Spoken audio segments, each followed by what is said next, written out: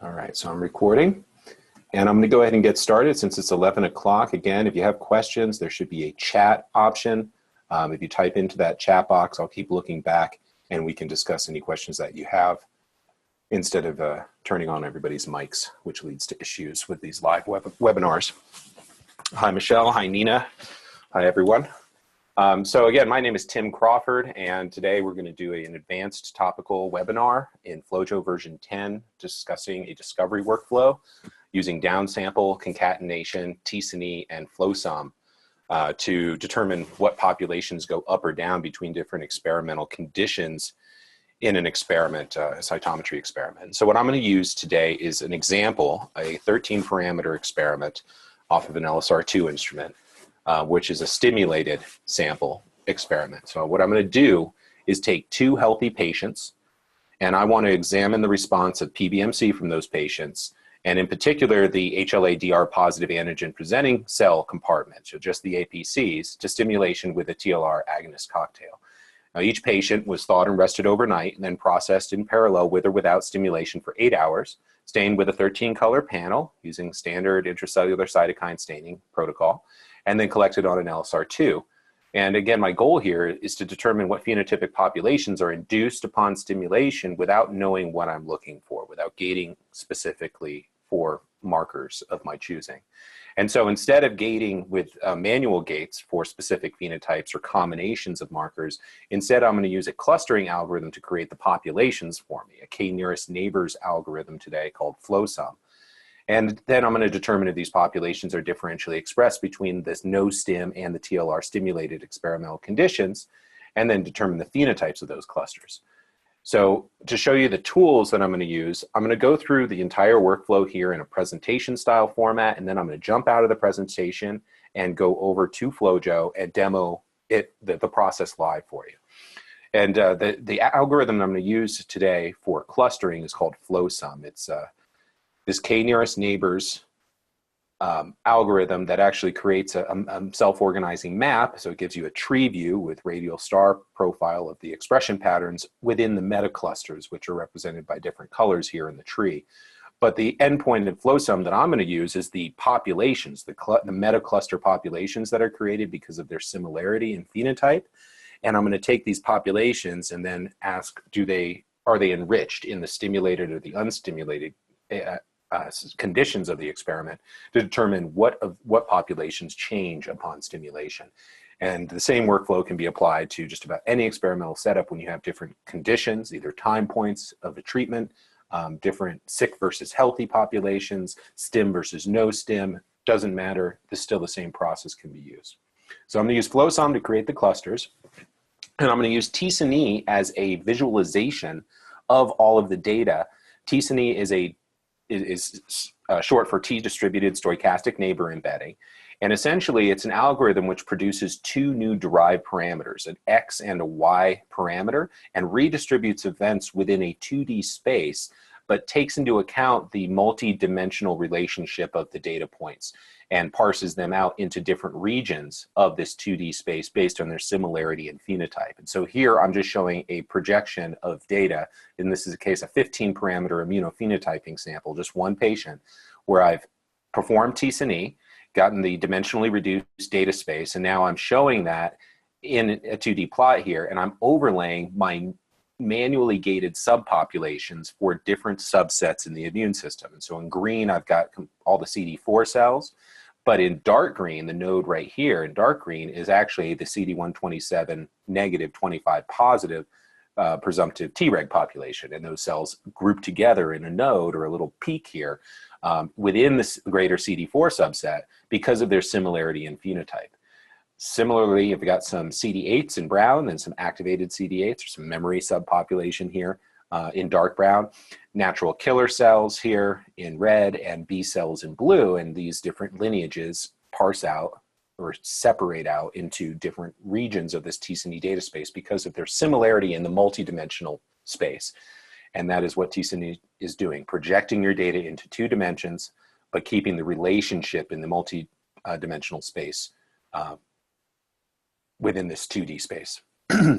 So the thing about tSNE in particular is that it is a non-deterministic algorithm, which means if I ran this exactly with the same data, with the same setup settings, I would run the algorithm a second time, I wouldn't get the same continent. So you can't run this type of algorithm on sequential samples or on different samples sequentially and expect to have a common space within which to compare those samples. So what you'll have to do is run the t-SNE algorithm on all the data. And so to do that, we're going to first concatenate or merge all the multiple samples into a new FCS file, then run t-SNE to create this dimensionally reduced data space to visualize our clustering and manual gating of the files. So the entire workflow here, let me jump back here actually for just a sec and make sure that everybody can see me, no questions. All right, so no chat at the moment, but bring this over here so I can see it. Okay, now what I'm going to do here is go through the workflow and move these boxes that you can't see out of my way. Just keep an eye out for chat questions. What I'm going to do here is first compensate the samples. So of course, you need to apply compensation to any data. If it's not compensated, I'm going to do that. Then I'm going to clean up gate the data, get rid of any of the bad events, that's dead cells and debris and other things. I could use a cleanup algorithm. These are options, FlowAI and FlowClean, or R statistical computing environment packages, which chop out the bad data, and those are available as plugins from the FlowJo Exchange website, as is the FlowSOM algorithm. And I'll show you where to get that. Then once I clean up gate, I'm going to downsample the target population. So in this assay, I'm really only interested in the APCs, the antigen presenting cells. And so I'm going to get rid of everything else using some cleanup gates and some lineage gating. And then I'm going to downsample to normalize the number of events. This is going to give me a normalized number of events from every patient and equalize the number of events going into the FlowSOM and t-SNE steps so that I don't have one patient that's skewing the populations in one direction or one experimental condition that has more events than another. Then I'm going to concatenate or merge these target populations together, run the t-SNE algorithm to get the dimensionally reduced data space, t-SNE X and Y parameters, and then visualize within that t-SNE space using either a third parameter color heat mapping within the graph window in FlowJo, and then I'll show you how to make an overlay with a query gate in the layout editor. You can look at the multi-parameter phenotype of those events contained within the query gate as an overlaid histogram or an n-by-n plot profile of all of the parameters, so you can get the multi-parameter phenotype of what's in your query gate within the t-SNE space. I'm then going to gate on the populations that are contributing to the total concatenated file and gate on the experimental conditions. So I'll have a gate for stimulated and a gate for unstimulated. And there should be 50% of the events coming from the unstimulated condition and 50% from the stimulated condition. So I know that I have a 50-50 contribution to the total here. I'm going to use FlowSOM as an algorithm to create populations, and then I'm going to take those experimental condition gates and copy and paste them to the populations that I create with the FlowSOM algorithm. And this will tell me, when I look at those frequencies, if the populations are enriched or go up and down between those experimental conditions. Because I know if I start with 50% stim, 50% no stim, then any population that has that same ratio is not changing. But if it has more in the stem or more in the no stem, then that population is coming from that particular experimental condition. And lastly, I'll go ahead and classify the populations. That's going to take these populations and overlay them and look at all the histogram profiles visually in the layout editor. And then I will also export the populations and batch across them in the table editor to get numerical values for all statistical parameters, all the medians, the MFIs of each channel for each of the populations that I found to go up or down under the different conditions. So first step is to clean up gate. So what I'm doing here is I'm bringing in my 4 samples, I'm creating a group called gates, and I'm lineage gating down to the particular DR positive antigen presenting population. And so I've got a time gate, time versus side scatter. This time gate allows me to dump any cells that might have gotten messed up because of a clog in the HTS unit that I was using to acquire this data. So if there's a clog, I can always move that gate upstream or downstream and preserve some of the sample.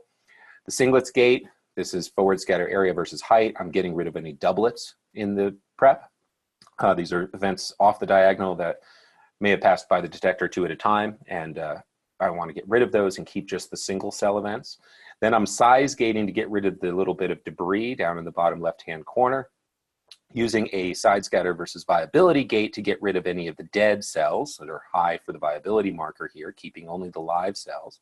And then I'm dumping all of the stuff that binds antibodies to CD3, 56, 19, and 20. So getting rid of T, B, and NK cells all in one color as a dump, and keeping everything that's not T, NK, or B.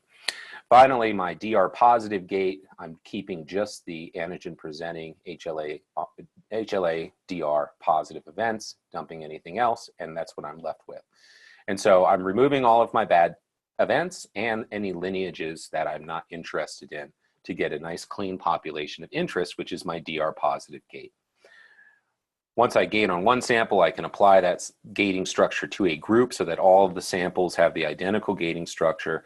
Always good to review the gating so that make sure it fits on all the samples. You don't have a weird outlier, but that's my approach to cleaning up the data first. So you're only using events that are nice and robust and real in your algorithm. Now I'm going to downsample the target populations, and the downsample step first serves to reduce the number of events that will be utilized in the tSNE calculation, because the tSNE step, the visualization in the 2D space using tSNE, is a very memory expensive, long process. If you throw too many events at this process, it'll take a long time for it to complete. So I always want to use a subset of events, not hundreds of thousands. In this example, in the slide deck, I'm limiting it. I'm downsampling to just 20,000 events per parent population. So when I concatenate and merge those downsampled DR positive populations together, I'm going to end up with an 80,000 event concatenated file. But this also serves the downsample step to normalize the number of events contributed from each file so that total concatenated file is equally represented from, or every sample and every experimental condition is equally represented within the concatenated file. And again, I'm not letting one patient or one condition drive the dimensionality reduction and clustering steps that I'm going to perform. So everything is equally represented. So to run plugin, you will find these plugins under your Workspace tab. Under the plugins menu, there's a drop-down list. If you want the new plugins like FlowSOM, FlowAI, FlowClean, those are available from the very first link. It says FlowJo Exchange there. And when you click on the FlowJo Exchange, it'll take you to our GitHub site where you can download some of the newest available plugins for FlowJo. Now, downsample is pretty simple, right? You select the population you want to downsample, select the tool from the plugins menu. It'll give you this user interface box where you plug in how many events you want to get, and optionally name your population as something unique. In this case, I'm saying DR pos because I've already used the DR plus sign upstream. And then you click OK, and it downsamples, creating this little down arrow node, and then a population which has that number of events. And these are equivalently spaced events across the entire time slice, so it's essentially a snapshot of the larger population you're downsampling from, not skewing it towards one parameter or another, no density dependent sampling. So once I've downsampled that, I can actually apply the downsample node, the little down arrow, to my group, and it'll apply it across all of the samples, or you can copy and paste or drag and drop that downsample node to the other DR positive subpopulations, and that'll downsample those nodes that you drop it on. So in the end, I end up with 4 downsample populations called drpos.pop. And what I'm going to do is highlight the first one, and I like to right-click on this and select equivalent nodes. It's a right-click option that will automatically highlight all of the nodes with the same name at the same position within the gating hierarchy. It's a quick way when you have more than 4 samples rather than command or command clicking here in this case on my Mac to multi-select the populations. Once I have those populations that I want to concatenate or merge together, I will go to my File tab in the ribbon header and then use the Export Concatenate function and choose Export Concatenate Populations. This opens a platform window that has two tabs. An export tab will be the default selection, and then that will create 4 new populations, one from each selection in this case. But if I click on the concatenate tab on the right side here, that will now merge the files and create one new data file when I concatenate them together. And here I'm going to use an FCS3 format, specify the destination or location of where this is going to save on my hard drive, and essentially use defaults for the other options. You can add an optional prefix or suffix to the name to make it unique, and you can also add additional parameters based on keyword metadata information. And what this is useful for, I'll show you, I'm going to make an experimental condition keyword, and then when I create that parameter, it'll separate the into experimental condition subsets along that axis, which is very useful if you have, say, 10 sick and 10 healthy patients and you just want to see 2 populations, all the sick cells and all the healthy cells. So I'll show that to you in a moment. But bottom line is that you want to use the defaults, all uncompensated parameters, FCS3, and then when you concatenate, you'll get a dialog that shows that you've written the file, and you can check a box to either open in the existing or a new workspace and close this dialog, and that will load your concatenated file back into the workspace, and now you have one that is all events from your downsampled populations. So once I have that concatenated file, then I'm going to run my tSNE on. And the tSNE algorithm is the slowest process in this workflow by far. It's very memory intensive, and it depends on how many events you try and throw at it and how deep your data is, how many dimensions, how many parameters. But the tSNE algorithm is running native in FlowJo. It's accessed from the plugins menu, tSNE right here, but it just works. There's no additional setup. Just like downsample, you don't need to set anything up. Just select the sample file you want to run tSNE on, select your plugins menu, select tSNE, and that brings up this user interface where you are prompted to select the parameters, and there are a couple different options for iterations, perplexity, ETA, and theta.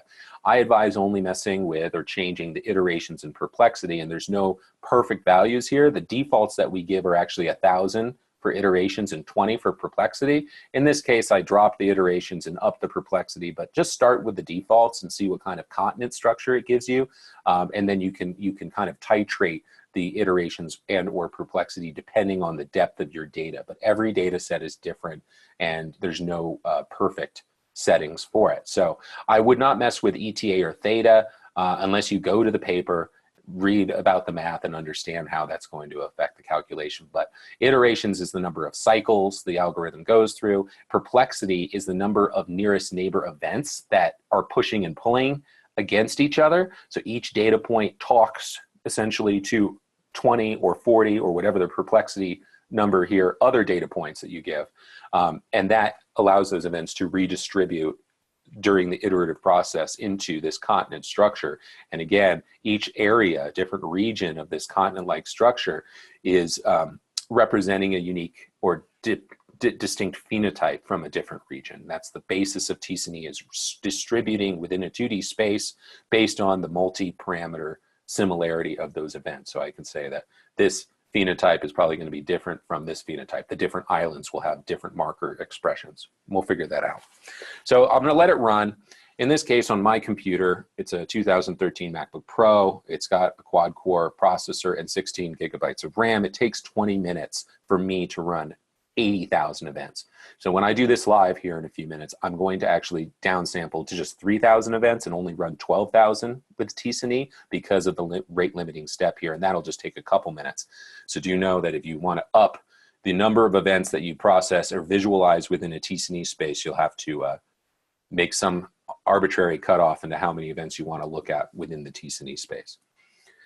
So I create these populations. Now I can view X versus Y in my graph window. And one way to look at this graph window and look at the distribution of markers across this data space that we've created with the tSNE algorithm is to turn on the color axis. The color map is a checkbox within the graph window, and it allows you then to select from a separate drop-down parameter selector list the different phenotypic or functional markers that you've enumerated within this panel. And so here, I'm going to go through and I'm going to look at the different markers, IL-6, CD1C, TNF, CD83, and this heat maps, the higher expression is in red, the lower expression is in blue, the continent for each of the independent markers. And what I'm doing here is sending, each time I change select a marker from the list, I right click and then send that to my layout so I could tile the layout with all the different markers. And you can see immediately some areas that are enriched for multiple responsive markers and another area that's enriched for the CD123 marker, a unique island here. And so clearly the expression profiles of the markers are different across the continent. I then can gate on stimulated versus unstimulated, and if I show the total tSNE space here, obviously the continent is whole, and then if I look just at the events that were from the stimulated samples, those occupy one region of the tSNE continent structure, and then the no stimulation samples, by and large, occupy a different region. There is some overlap here. But my job now is to determine, well, what are these different islands? What are these different areas of the continent representing? And determine whether they go up or down between the different conditions, what is being driven by the stimulation condition. And so one thing I'm going to do here is create a query gate and then explore the multidimensional phenotype using an overlay in my layout editor. So the query gate can be just drawn with any of the gating tools in the graph window on the tSNE data space as it's displayed here in this continent structure. So I've just taken my little pencil tool and made a gate around this node and called it query. And so I have a gated region within this space.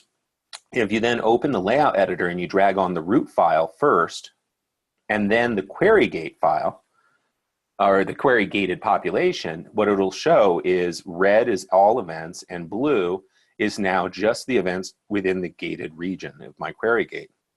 If you right click on that overlay, at the bottom of the right click list is a multi-graph option. And in this case, I'm choosing the multi-histogram graphs. And so it's going to show me a profile for each of my markers, each of my parameters. And in blue is the region that is gated in my query. And in red is everything else. So I'm comparing the query gated region to everything else. Now this is linked information, so I can grab the query gate in my graph window and move it to a different area of the plot, and my blue line is going to update to tell me visually what is expressed in that area.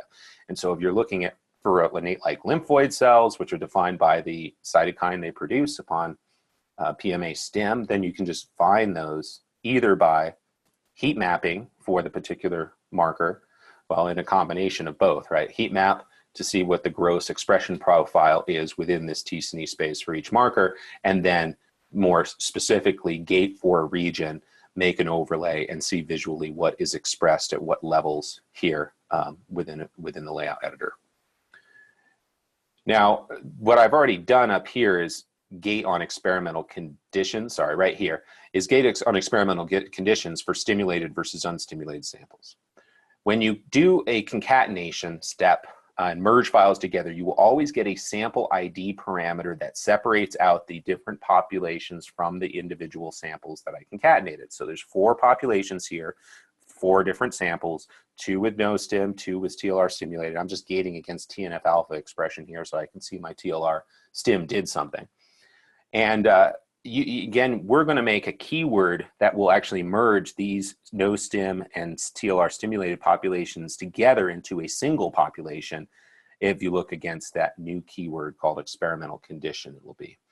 But either way, what I'm doing here is gating on the different conditions, and again, knowing that I merged in equivalent events from my downsample process so that I have equal numbers of no stim and stim gates. Now, if I take those gates and I copy them to my query gate, and then you look at the frequencies, wherever my query gate is right now in my graph window, which is here, right, in the bottom corner, whatever it is. There's the phenotype, right? I've got DR, TNF, CD83, lots of IL-1 beta, intermediate IL-12, a little bit of CD16, but not much else, right?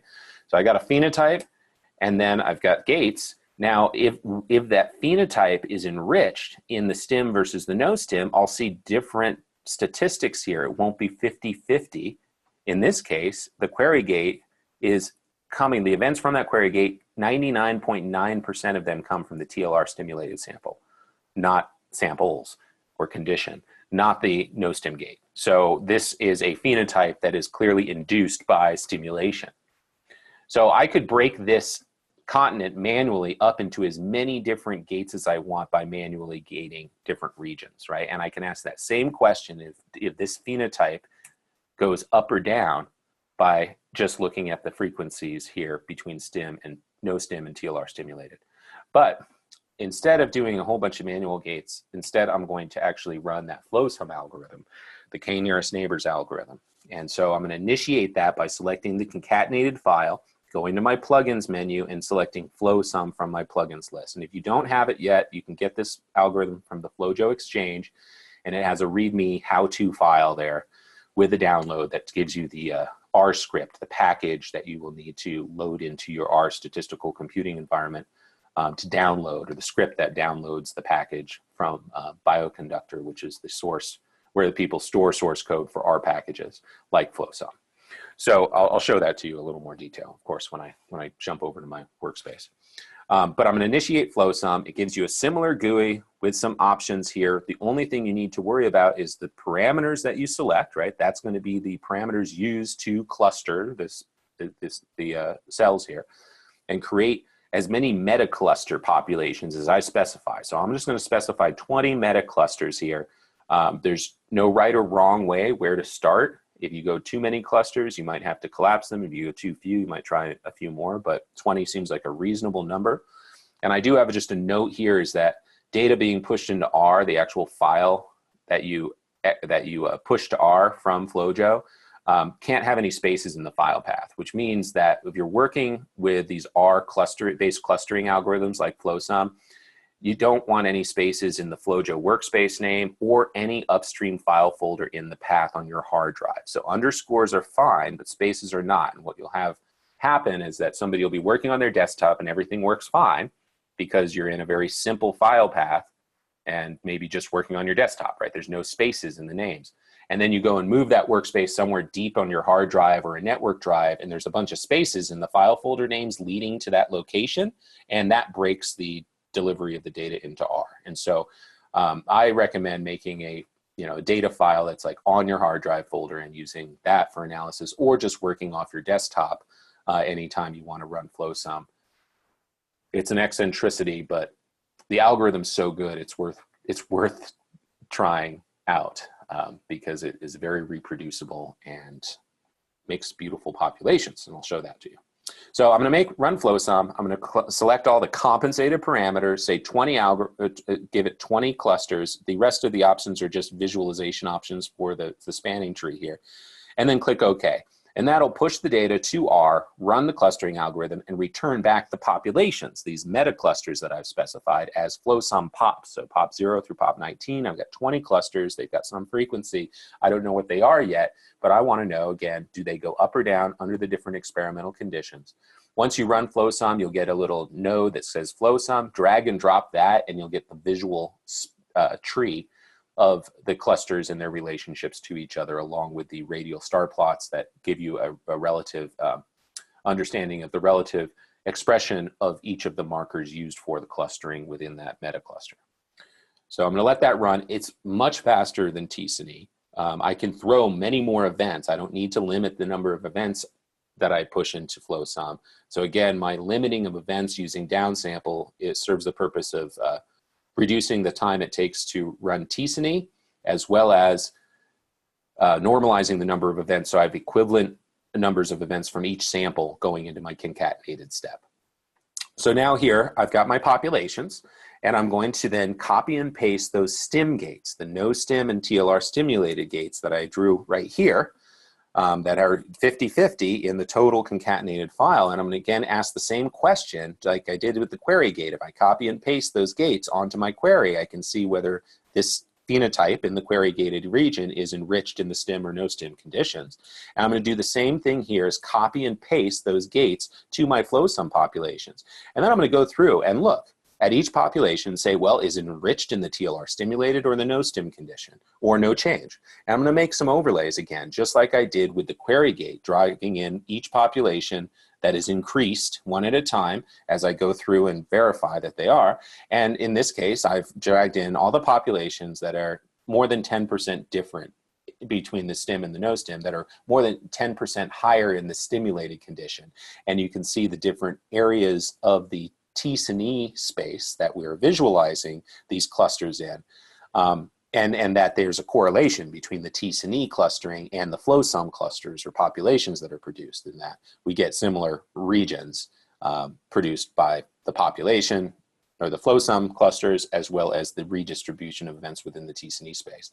And again, if you right click on this and select multigraph histograms, you can then get the profiles, and I can immediately see some populations down here, like the purple, that is high for IL-6, if I'm interested in that marker, that there's distinct differences between HLA-DR expression across these different samples, that there's one population in here that's really high for CD83, and a lot of them are intermediate, and a couple that are low. So there's definitely variation to the populations, and interestingly, some nice intermediate profiles, as well as high and low. So we have a bunch of distinct, unique populations that are increased or induced by the TLR stim. Now, in order to get all the median fluorescence values, the MFIs, for each marker here that I'm interrogating or enumerating, instead of just a visual picture of it, then I actually go and select all of the cluster populations, the FlowSOM POP0 through POP19.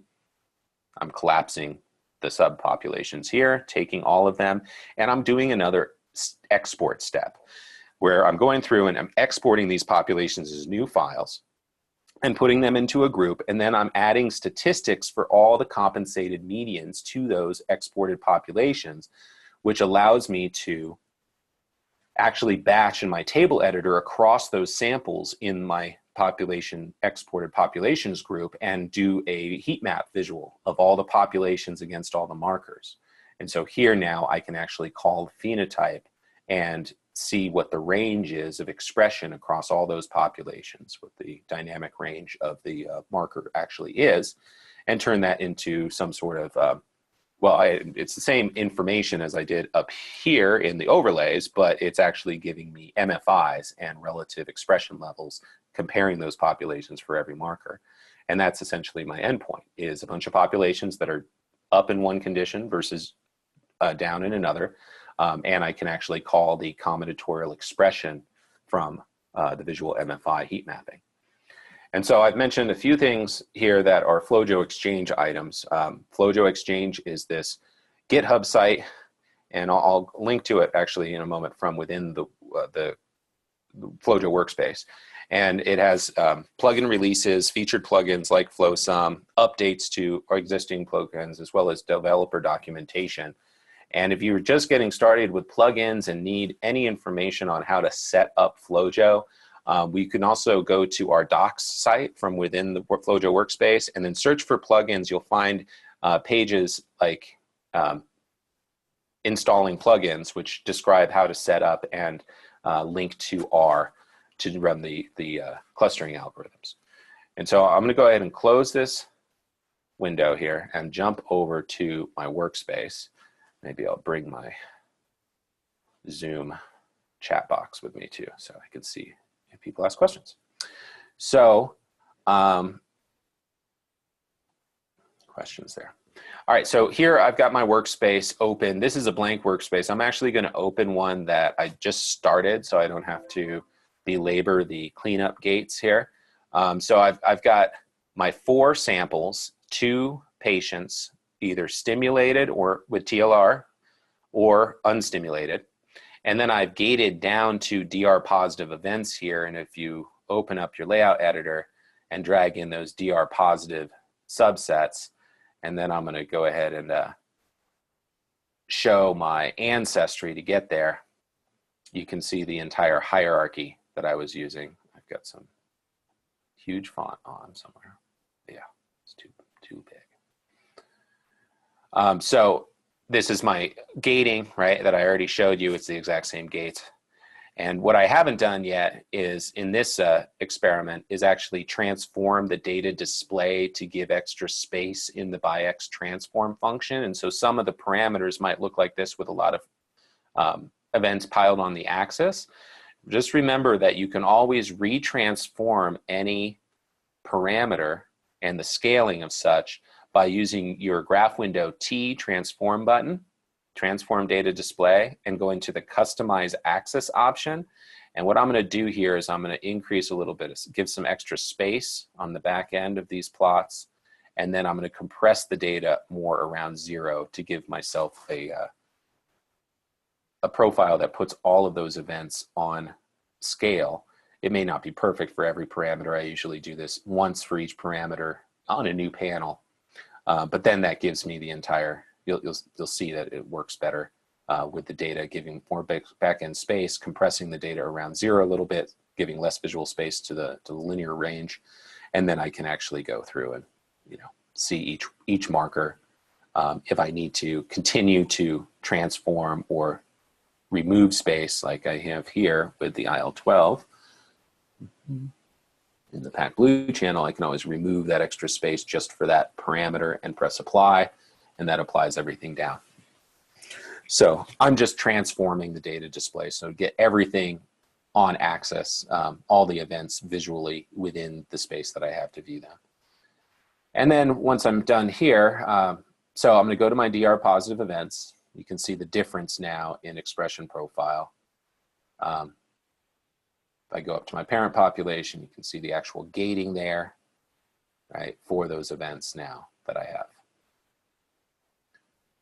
That looks better. It's not ideal. Again, I would usually go through and say, well, for each one, do I need that extra space? And kind of do them individually, adjust on a per parameter basis, but it totally depends on your panel. All right. Once I have those transforms set, I'm happy with them. I'm going to move on to that next step, which is essentially downsampling to limit the number of events in each DR positive subpopulation before merging them together and doing the tSNE process. And you can see some DR positives, I've got 130,000, another I've only got 21,000. So that's going to limit me to just taking 21,000 APCs from each sample if I want to make them equivalent. In this case, I'm going to go ahead and do a plugin. Again, plugins menu here under the Workspace tab, and I'm going to use the downsample plugin, and that selects this gated population and gives me the number of events that I specify here and makes a gate with the name that I have specified in the population name field. So DR pos is what I'm going to call it. Click OK. That gives me a downsampled population, DR pos with 3,000 events in it. And this I can copy and paste to the other populations that are DR positive, the other parents, in order to initiate that downsample process. Or I can actually copy and paste it or drag and drop it here in that room onto my group-owned gates, DR positive pop. And now that is going to downsample across.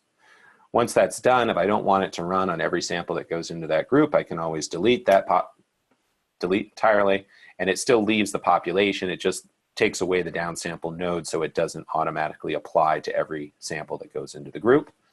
Now here I've got my equivalent nodes, drpositive.pop, 3,000 events from each file.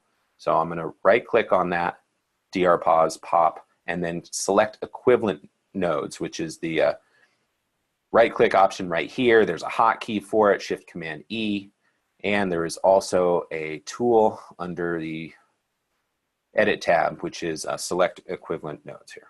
And so now I've got all 4 populations selected together, and I'm going to go ahead and merge them, but actually, before I do that, I'll take 2 steps back. 1 step back to show you where the plugin exchange options are. So plugins, FlowJo Exchange is where you can link to our GitHub site. Scroll down and there'll be available FlowJo plugins. Here is the FlowSOM plugin. If you download that, you'll get a zip file. Opening that zip file, there's a FlowSOM jar. That is the jar file that goes into your applications folder, plugin files. So it shows up now in your plugins menu. So that's the actual jar, and I would take that into my applications file and put it into my plugins folder. So these are all the plugins that show up when I run. And then the other one is, right, so I'm sorry, FlowSOM, and then I'm going to go to my FlowSOM here. And the how-to option, actually how-to FlowSOM, has the script that you need to copy into R, the R statistical computing environment, and this will download FlowCore, FlowSOM, and install the package FeedMap from Bioconductor in order to run that package on your computer.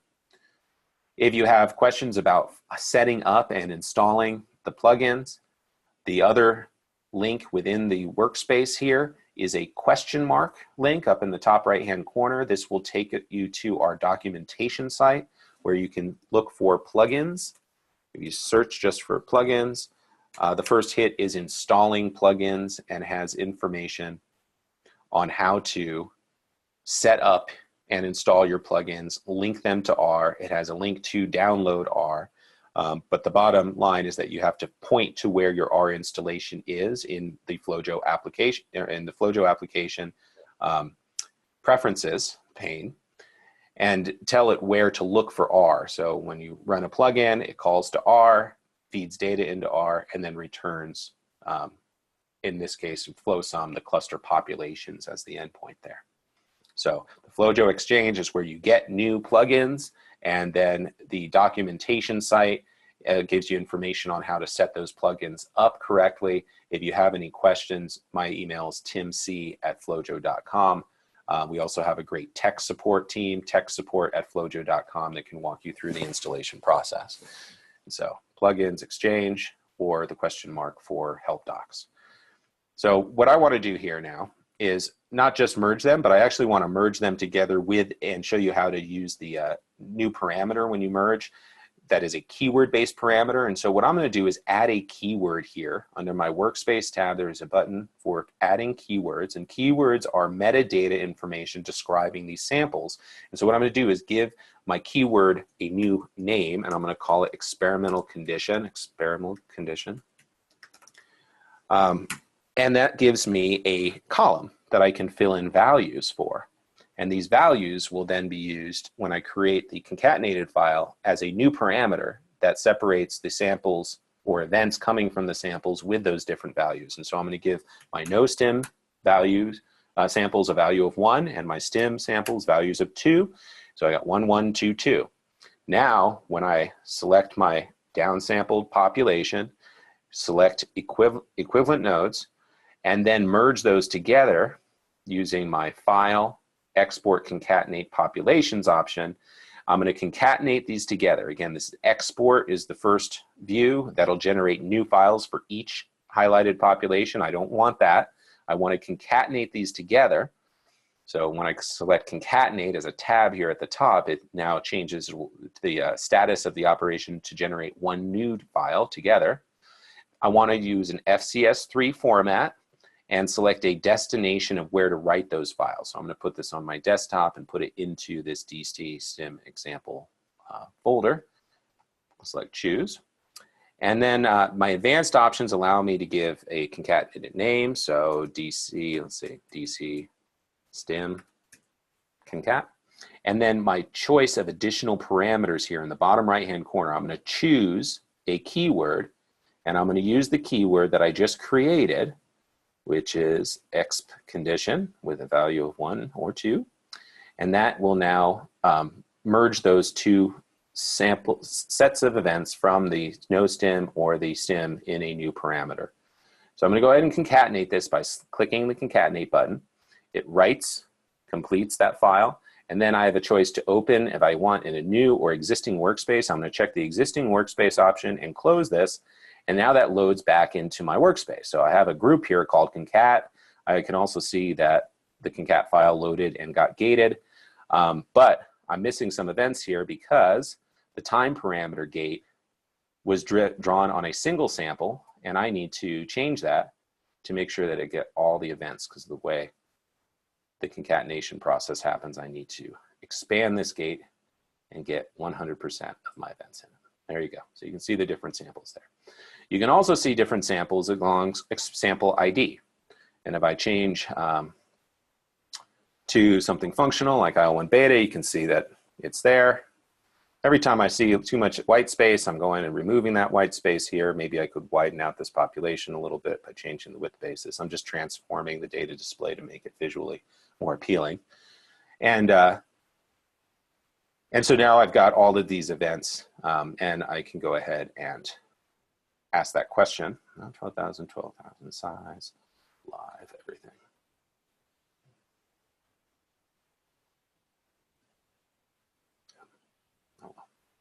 So what I'm going to do is go ahead and take this file now, the concatenated file, and I'm going to derive what I don't have are the tSNE X and Y parameters. They aren't there yet. I'm going to derive those parameters by initiating the tSNE dimensionality reduction step, and then I'll come back in and I'm going to gate on experimental condition, which gives me merged samples from the no stem or the stem based on their 1 or 2 designation in my keyword in the original file. So that is the label that becomes a new parameter, experimental condition. So let me go ahead and initiate this on this tSNE step because it's going to take a couple minutes to run. Again, go to the plugins menu, select tSNE, select the compensated parameters for fluorescent flow here, and I'm going to remove the parameters that I've already gated on in the lineage dump and the viability gates that I've already used, and just keep the 11 phenotypic parameters. I'm going to do the same thing I did before, which is up this to 40 perplexity, or I'm sorry, go down to 800 iterations and up this to 40 perplexity, because that's what I've decided is giving me good continent structures in this data. And so I'm going to go ahead and choose those selected parameters, and now I've got to note that this is calculating. tSNE is calculating for me. All right, so I got to let it calculate. It's going to take a couple minutes. Go ahead and save this while it runs. And I can continue to work and do some things. So I'm not going to run the clustering algorithm until that's done, but what I will do is go ahead and make my gates. And so again, we could gate just on sample ID, which works for a couple samples, but when you get up to 100 samples, that's a lot of different samples here. So I find it easy to merge multiple samples into their experimental condition groups based on a keyword parameter. And I always just give a numerical value for 1 through whatever number of conditions. Now I can go ahead and gate on this. I'm going to gate here on the no stem versus TLR stimulated sample.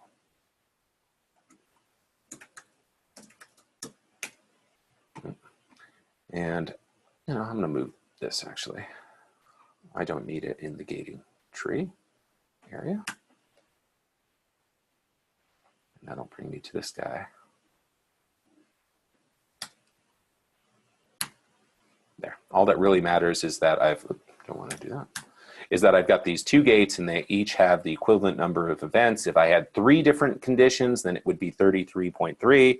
If I had 4 conditions, then 25% for each condition, right? It's just the knowledge of what I'm starting with is important so that I know that whatever I gate in this tSNE space or whatever cluster populations I derive using FlowSOM, SPADE, or flow means as clustering approaches, I can ask the question, is the frequency still 50-50? In that case, there's no change of that population between the stem conditions, or does it shift and I have enrichment in one condition versus another? That should start dropping in a moment. I'm going to go ahead to my layout editor and drag some populations in here, get ready for this. So drag in these guys, and then I'm going to take my stem and no stem gates so we can look at the total versus the subsets of the different conditions.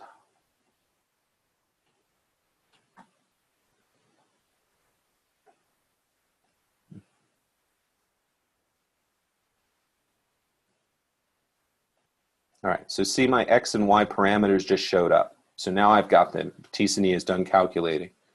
Now I can select those parameters here, and let me duplicate this one. And I'll take all 3 of these and I'll change it to X and Y in my, make a, say, density plot. So X versus Y parameters here, and you can see the total space Then in this first plot next to it, this is just the stimulated sample, so it comprises a little bit of the right lobe here and then some of the other stuff, and then the unstimulated, or no stim sample, and then the stimulated samples. So some here, where here are the stimulated populations with some overlap. And we're going to chop this up. So there is the gating.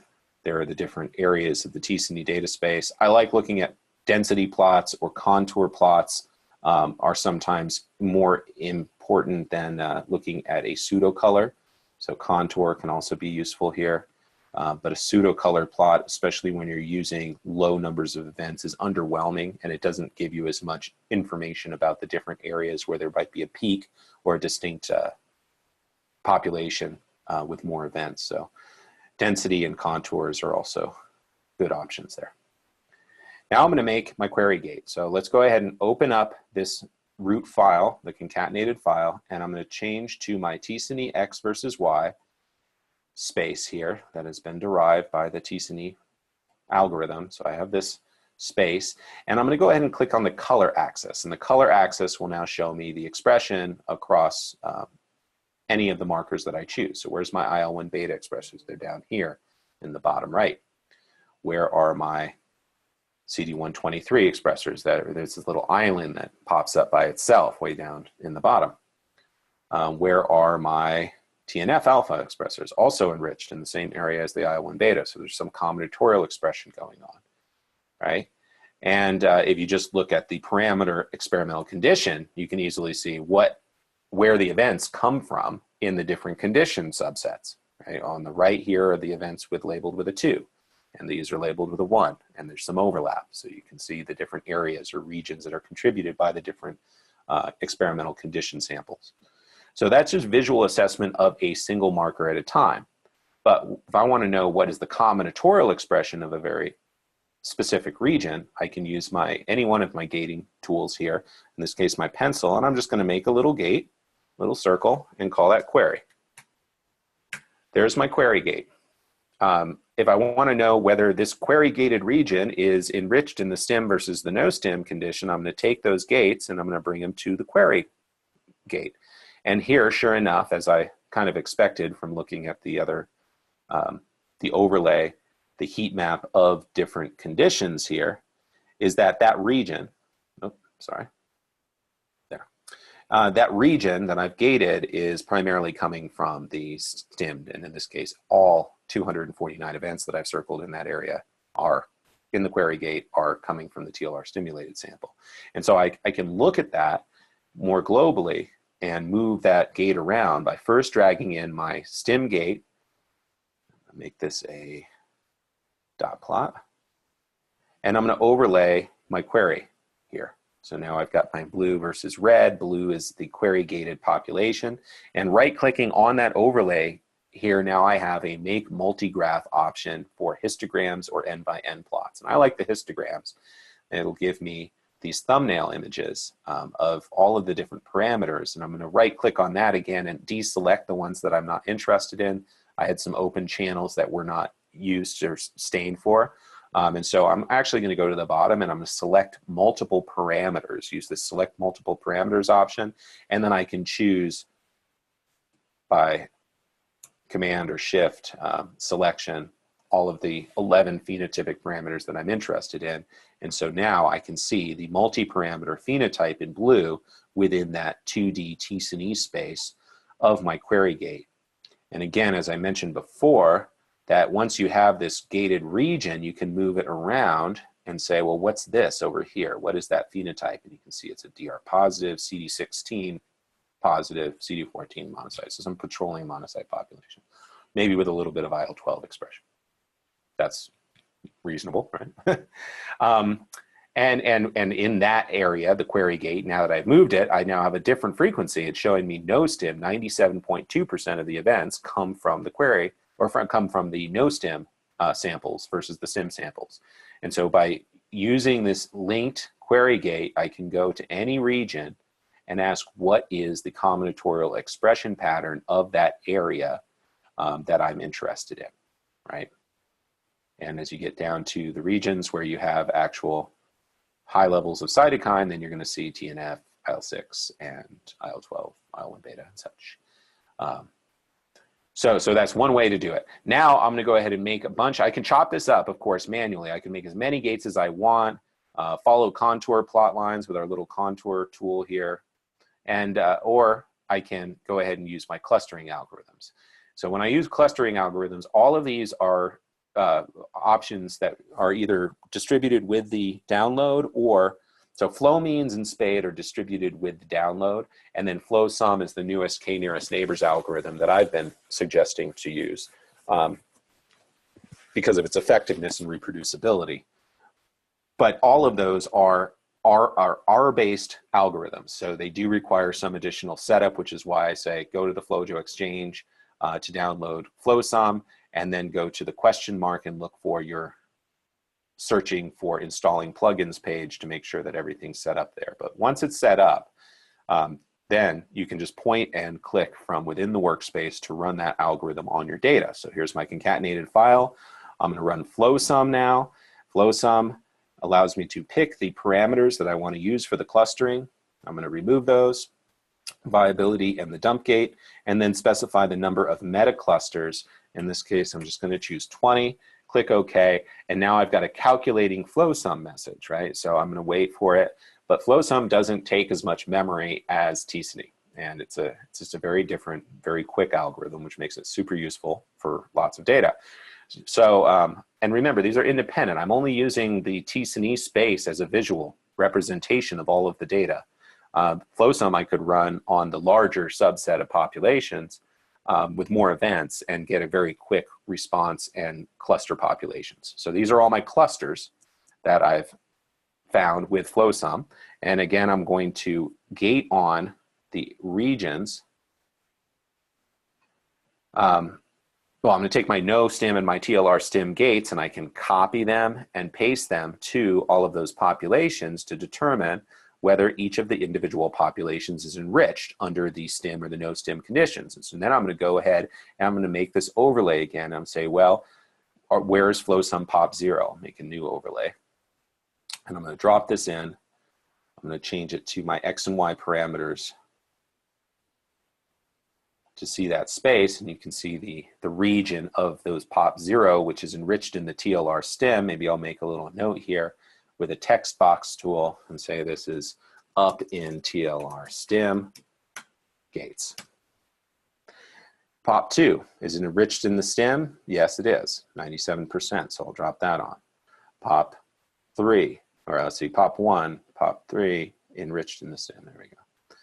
Pop 2, this is a no stim, so I'm going to make a separate one and say, well, these are my no stim enriched populations, right? Do the same thing depending on what I'm looking for. No stim, zoom out here.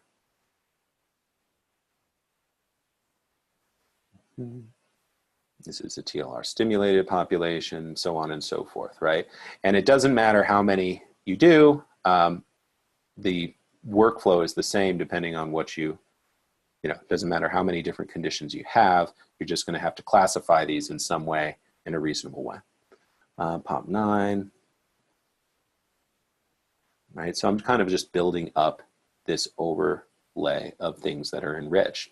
And clearly there are all these things that are down here in the bottom right-hand corner, which I saw using the heat mapping tool in the graph window, were enriched for multiple cytokines. So let's just look at that.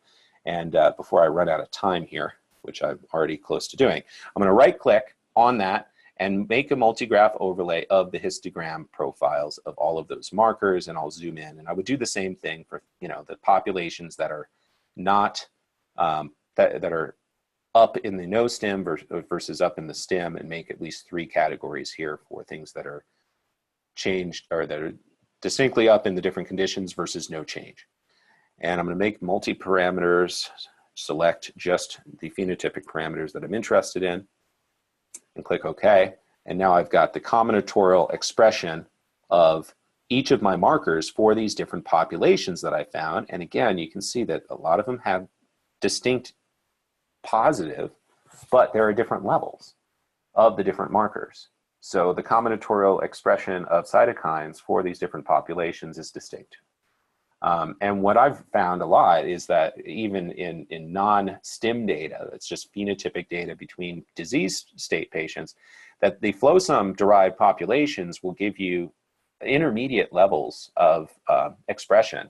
And if I was traditionally doing the plus minus gating and then doing Boolean combination gates to get all potential phenotypes for all of these markers in my different lineages, oftentimes I might be cutting through some of these markers with my positive negative gates and then like really chopping up the populations that might be intermediate transitional states. It's an alternative approach to finding populations that does not depend on you manually gating, which is very powerful. And I think it should be used as a exploration for discovering new populations that you don't know you're looking for, but also verifying that what you're doing manually is actually jiving with what you find using a clustering approach that is unsupervised, or at least a little less arbitrary in terms of how you get those populations. You let the data drive it instead of you making your gate in one place or another. Okay, so I've got all these populations. I've defined that they're up or down in some way. And then my last step here is going to be to export these populations and bring them back in. So I'm highlighting all of these and then going to my edit tab where I can expand or collapse the selection. So I wanted to get rid of all of my little sub STIM versus no STIM gates there, select all of my FlowSOM populations, and then go to File, Export Concatenate Populations. And in this case, I'm going to export, not concatenate. I'm going to get 20 new data files, put them in the same location. I'm going to export those files. It writes my files. I'm going to load them into my existing workspace. So I've just loaded them back in. And now I've got all samples, 20 new files here, all the exported populations, right? I'll just put them into a group, make it easy for me to batch across. So I'm going to call this group, I'm making a group called export, and I'm going to use inclusion criteria here and say if the file name, $FIL is the keyword for file name in the FCS standard. If it contains the word export, then go to this group. When I create that group, I now get a group called export with 20 files in it. What I'm going to do here is add all of the statistics. That is under Workspace tab, a statistics band allows me to add any statistic. I'm going to use the median drop-down list and actually select from that all compensated parameters at the very bottom. That will create all of the median statistics. I also would like to see, well, I'm not interested in a few of these, so I don't care about viability, and I don't care about my dump gate, so I'll get rid of those. Now, these mean 11 phenotypic parameters. I also want to see the statistic for count, just for good measure, know how many events are in each of those populations. And then I will also take my concatenated file gates for STIM and no STIM and copy those and paste them to all of my exported files.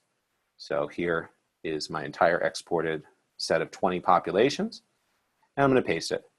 And that's going to give me STIM versus no STIM here. I'm taking all of those gates and I'm going to drag them to my group export and make them group applied. So now I've got group applied, median statistics, no STIM versus STIM gates that give me the frequency of what's up or down, along with the total number of events to see how big that population is from the parent. And now I can actually batch across all of these exported files in my table editor. I'm going to open up the table editor, drag in the statistics. I'm highlighting all of the statistics here, and I'm going to heat map them all using my Visualize tab, add a heat map, and then when I create that table to display, then I have the list of phenotypes here, the complex phenotypic parameters, and then if I double-click on the TLR STIM column, that'll sort by that stimulated frequency of parent. So everything in yellow here now on the far right are populations that were induced by the TLR stimulated, it's TLR stimulation, and everything in blue in that group or that column is the things that are down in the TLR stim and up in the stimulated or in the no stim. So this is what I started with, whatever these populations are, and this is what I ended with. And ultimately, I can tease that apart or export all those numbers and graph them. But that is going to give you an unbiased approach for finding populations using a clustering algorithm to create the populations.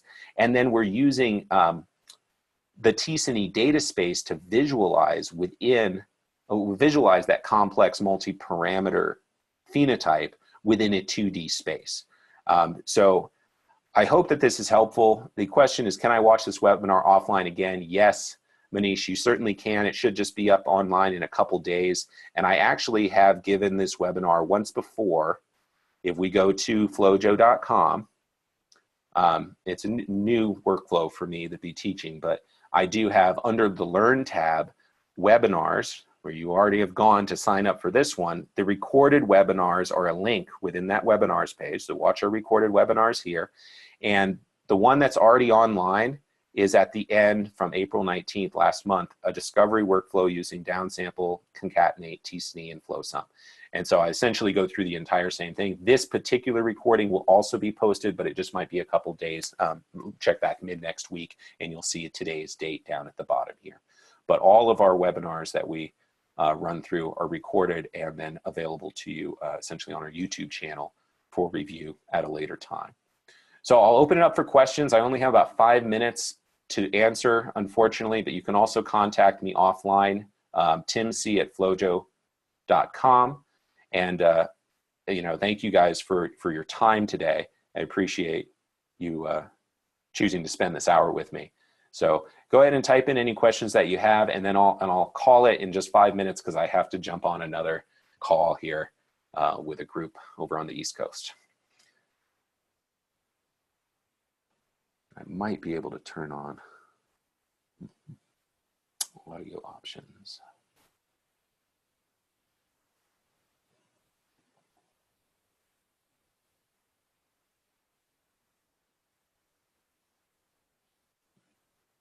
I can't get your...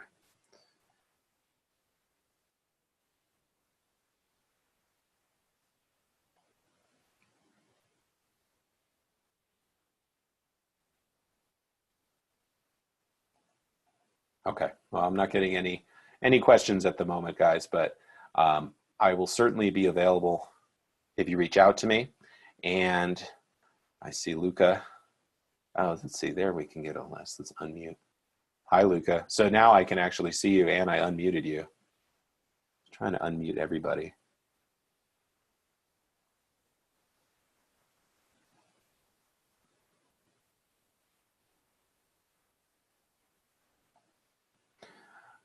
Then I'll just pop back here to my presentation and reiterate the workflow.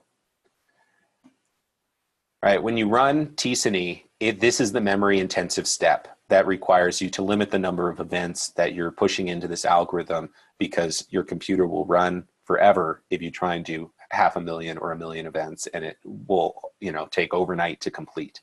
So this is the rate limiting step, is the tSNE. If you're just using clustering, you can put million events into the clustering algorithm. And so actually the other thing that's really cool is that you can actually, once you've created the map of the initial map of FlowSOM, like I created a map running it the first time, if I went back to my other data and I wanted to now run FlowSOM on the parent population with many more events, I can actually choose under the FlowSOM drop down here, apply on map, and I have the original map. This will actually push and force all of the data points in my parent population here into the clusters created by on the concatenated file. So you can actually apply new data to the original FlowSOM calculation, which is really, really powerful. I don't know of any other clustering or visualization approach with high parameter data that allows you to do that. Which is, so you can do your discovery on a subset, visualize in tSNE space, but then go back up and classify into the populations, the clusters that you found with FlowSOM by applying the next, the other data to the original map and get the numbers out of it, which is really cool. And then no matter whether you're using FlowSOM or Flow Means or Spade or tSNE, In order to really compare multiple samples, the key is to concatenate them together. So concatenating, merging these samples together gives you a common set of events, which then you can derive your cluster populations, your phenotypic populations, and your tSNE parameters on all of the data. If you don't merge that data together using concatenate, you're essentially creating different cluster populations with FlowSOM, unless you apply it to the original map each time, or completely different continent structures using tSNE, and so you cannot visually compare within that data space unless you start with a merged file. And exploring that data, I find the easiest visual representation is to make an overlay, right-click, and use all histograms as the visual, and then finally, exporting the FlowSOM populations, simply I'm doing that step to batch across all of the files within a group and get this nice visual of all heat mapped statistical medians for every present population. If you just want to get the medians out, you don't have to export the files. You could just take the gated populations and add medians to them and throw them out, but you won't get this column view of all the populations and then the heat map across and see the variation and expression of each of those markers. In a future version of FlowJo, I'm certainly intend on having batching across populations within a sample be an option there to fix that, or to have an easy solution for looking at this table. But that's the way I figured out how to do it. I'm going to go ahead and say thank you again. I'm going to turn off this webinar, stop sharing, and stop recording.